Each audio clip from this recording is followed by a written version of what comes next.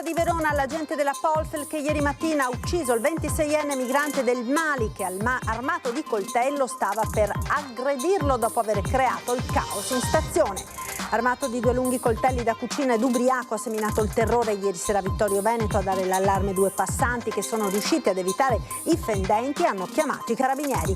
Dopo mesi di indagini sono stati disposti gli arresti domiciliari per i 2 titolari di una ditta di autotrasporto di Vigonza accusati di aver appiccato 2 ingenti incendi ad auto ed abitazioni. Vanno a pescare granchi blu e scompaiono 2 donne cinesi ritrovate morte questa mattina nel mare di Rosolina.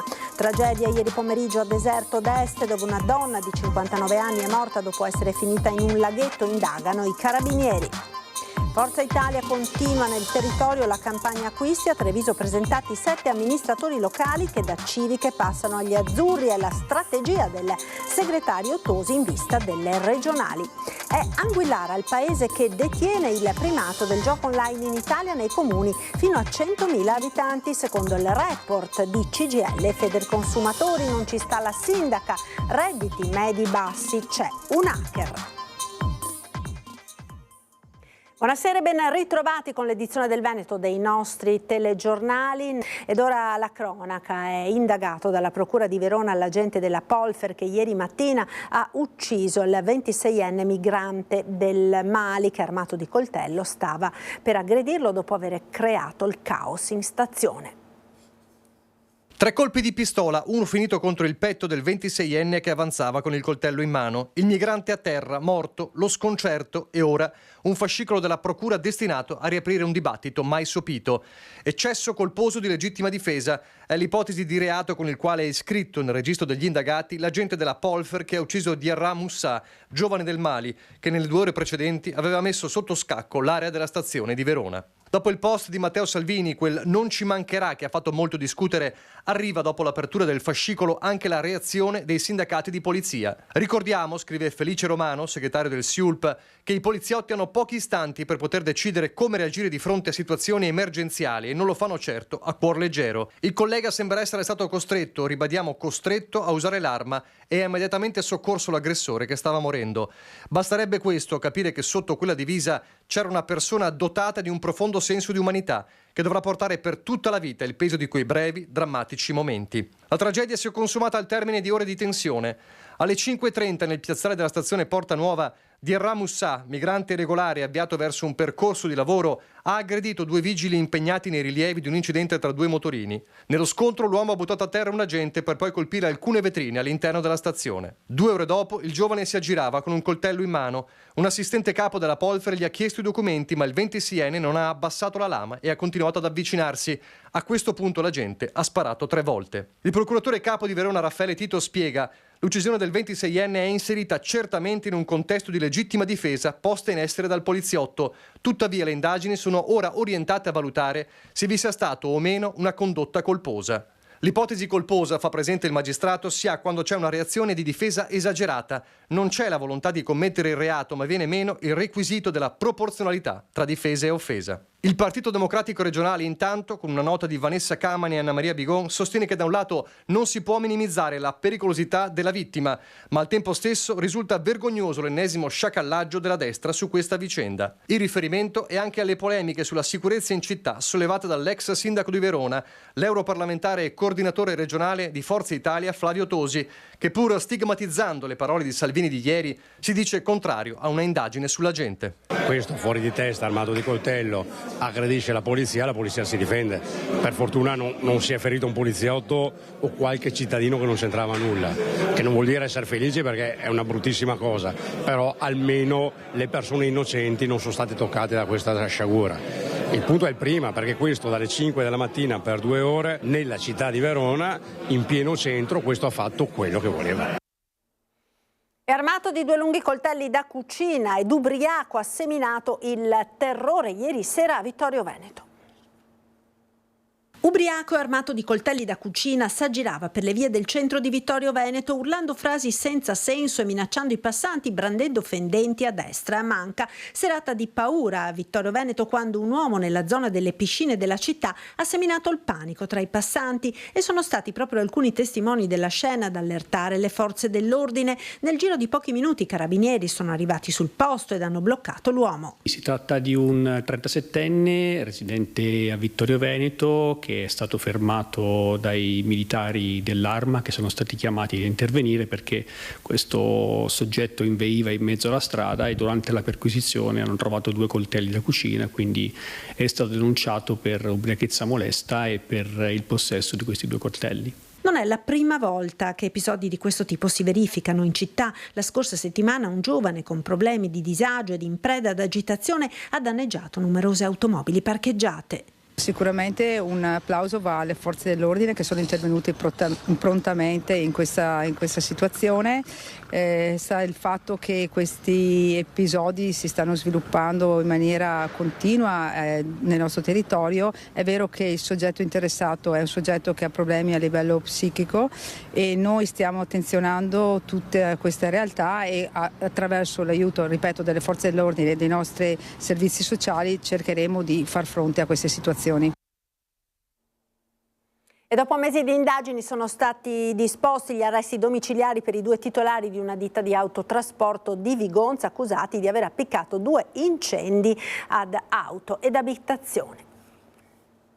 Oggi sono sicuro che i residenti di Via Rigato tireranno un sospiro di sollievo e anche un po' tutta la comunità di Vigonza. Sono stati mesi difficili in un crescendo di minacce e paura per i residenti di Via Rigato, ma anche per l'amministrazione comunale di Vigonza, con gli arresti domiciliari disposti dalla procura ed eseguiti dai carabinieri nei confronti dei 2 titolari di un'impresa di autotrasporti. La vicenda sembra arrivata alla fine. I 2 sarebbero gli esecutori di 2 incendi avvenuti tra maggio e settembre in 2 abitazioni di Via Rigato. Ad essere presa di mira lo scorso 1° maggio era l'auto e la rimessa della casa del capo ufficio tecnico comunale. A metà settembre anche una famiglia vicina di casa che aveva protestato e denunciato alcune irregolarità della loro impresa aveva subito un incendio. In quel caso si era sfiorata la tragedia per le fiamme che avevano lambito le finestre delle camerette dei figli piccoli che stavano rischiando di rimanere seriamente intossicati. I 2 titolari delle imprese di trasporti sono accusati di atti persecutori e incendio. Alla base delle intimidazioni una serie di controversie giudiziarie, civili e amministrative contro l'impresa di trasporto che svolgeva la propria attività su un terreno che i residenti e l'amministrazione comunale ritenevano in violazione della disciplina urbanistica. Su questa disputa si erano più volte pronunciati il TAR, il Consiglio di Stato e il Tribunale di Padova, che avevano imposto la cessazione delle attività e lo sgombero dell'area. Erano decine le denunce che sono state portate a conoscenza dell'autorità giudiziaria nei mesi e anche recentemente i residenti di Via Rigato avevano continuato a segnalare comportamenti persecutori proprio davanti alle loro case. Quindi si era arrivati veramente a una situazione dove la gente non dormiva più la notte, facevano a turno per controllare la via, passaggi continui delle forze dell'ordine, dei carabinieri in particolare, che voglio ringraziare perché veramente hanno fatto sentire la loro presenza. Quindi per fortuna siamo arrivati a questo punto e siamo contenti pur nella tristezza, devo dire, nella tristezza di una situazione che per mesi ha veramente creato anche dei danni non solo materiali ma anche morali alla comunità di Vigonza. Gli arresti domiciliari sono stati disposti per l'elevato rischio di reiterazione del reato. Le minacce, prima contro il funzionario comunale che doveva eseguire le disposizioni del tribunale e poi contro i vicini di casa, erano cominciate ad inizio anno. Nei prossimi giorni è previsto l'interrogatorio di garanzia. Ed ancora cronaca, vanno a pescare granchi blu e scompaiono 2 donne cinesi ritrovate morte questa mattina nel mare a Rosolina.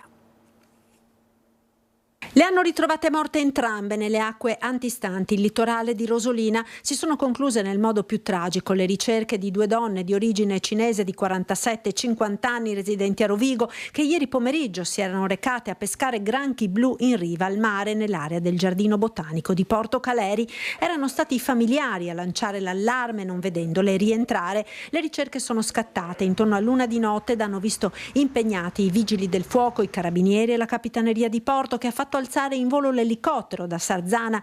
Intorno alle 8:30 il primo avvistamento del corpo di una delle due donne da parte di alcuni pescatori in barca. Poco più tardi il ritrovamento anche della seconda. I corpi sono stati recuperati dai vigili del fuoco di Adria. Dopo una prima analisi del medico, le salme sono state poste a disposizione dell'autorità giudiziaria.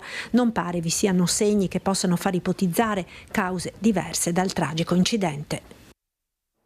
E tragedia ieri pomeriggio a Deserto d'Este, dove una donna di 59 anni è morta dopo essere finita in un laghetto. Aveva 59 anni Rossella Zanin, stava trascorrendo una domenica pomeriggio tranquilla nell'oasi no stress di Deserto d'Este insieme al compagno.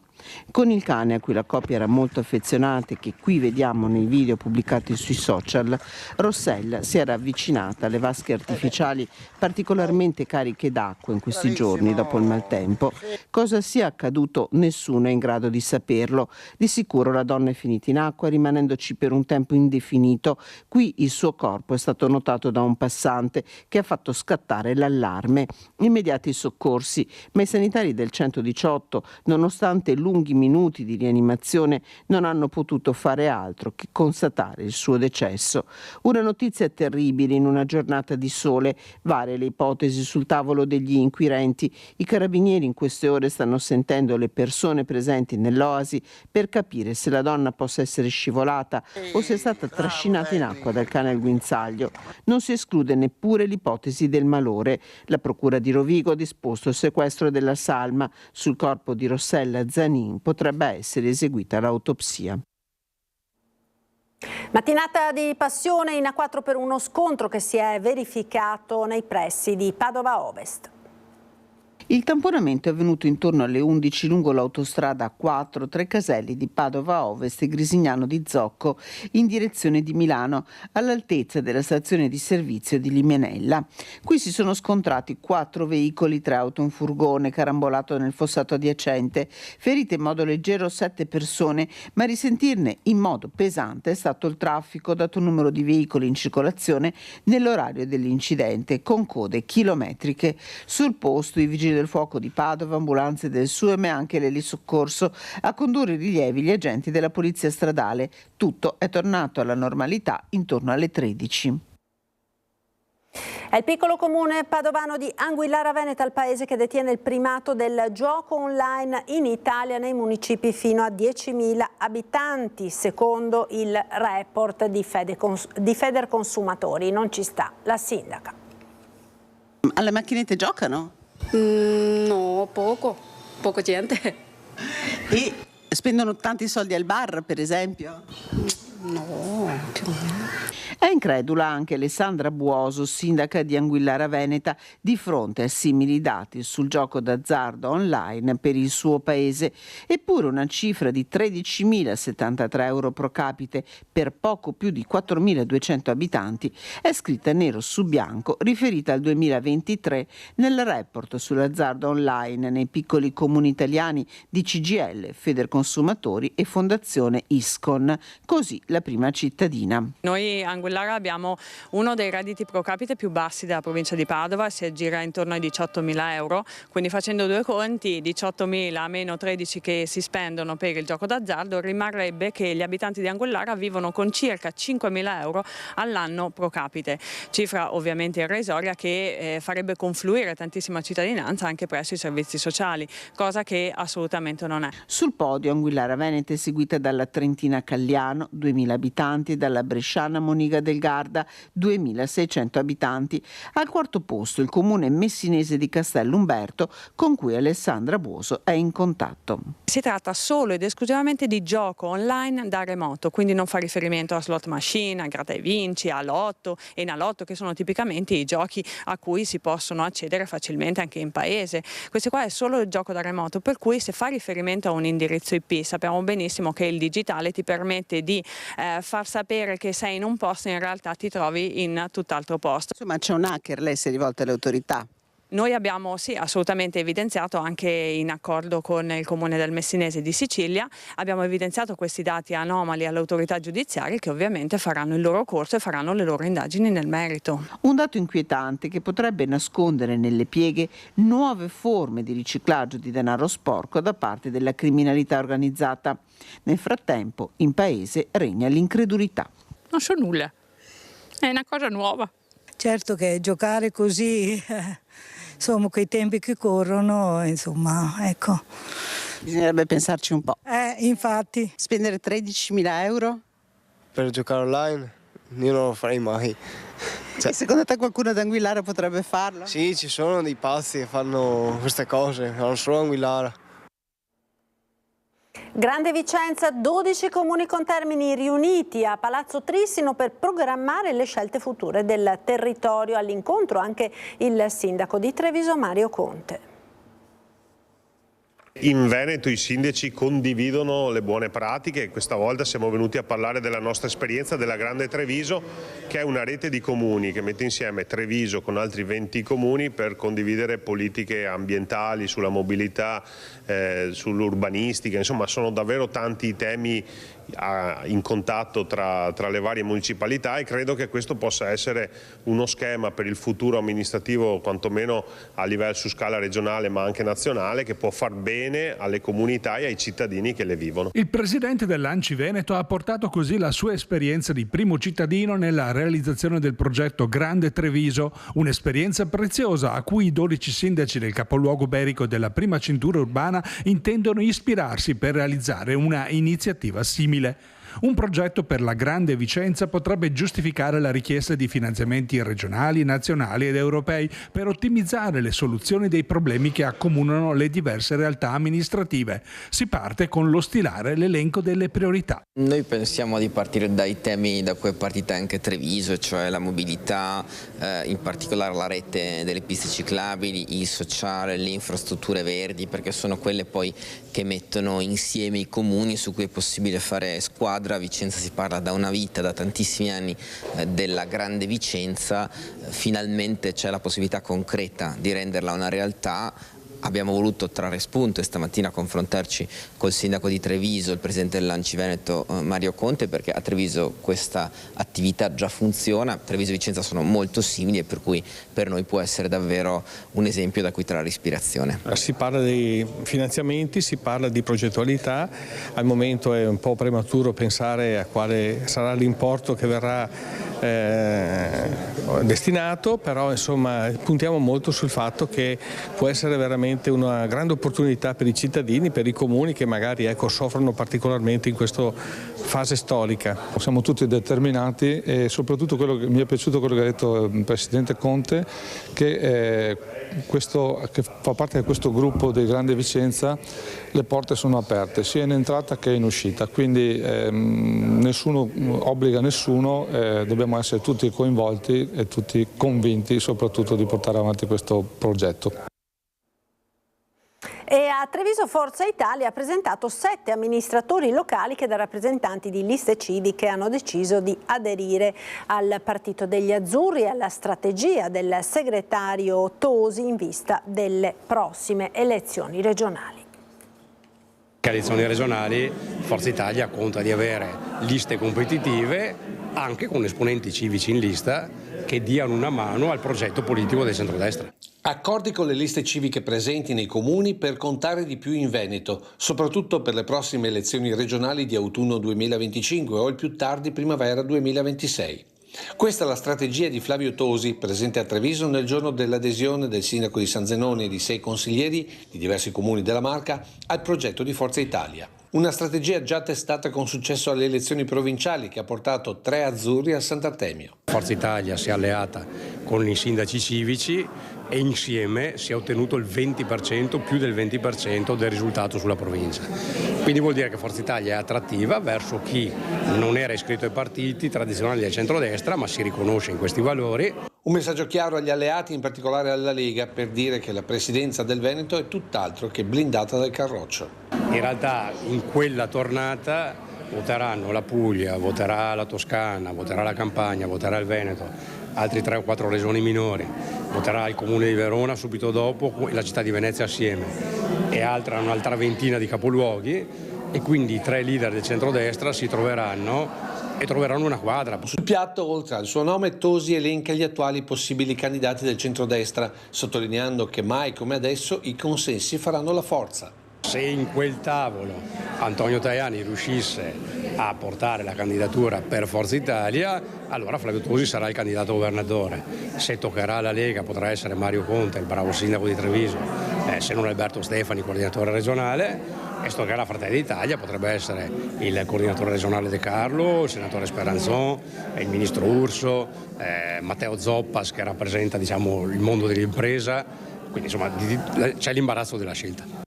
Grazie per essere stati con noi. Subito dopo la sigla, le previsioni del tempo con il nostro meteo. Arrivederci.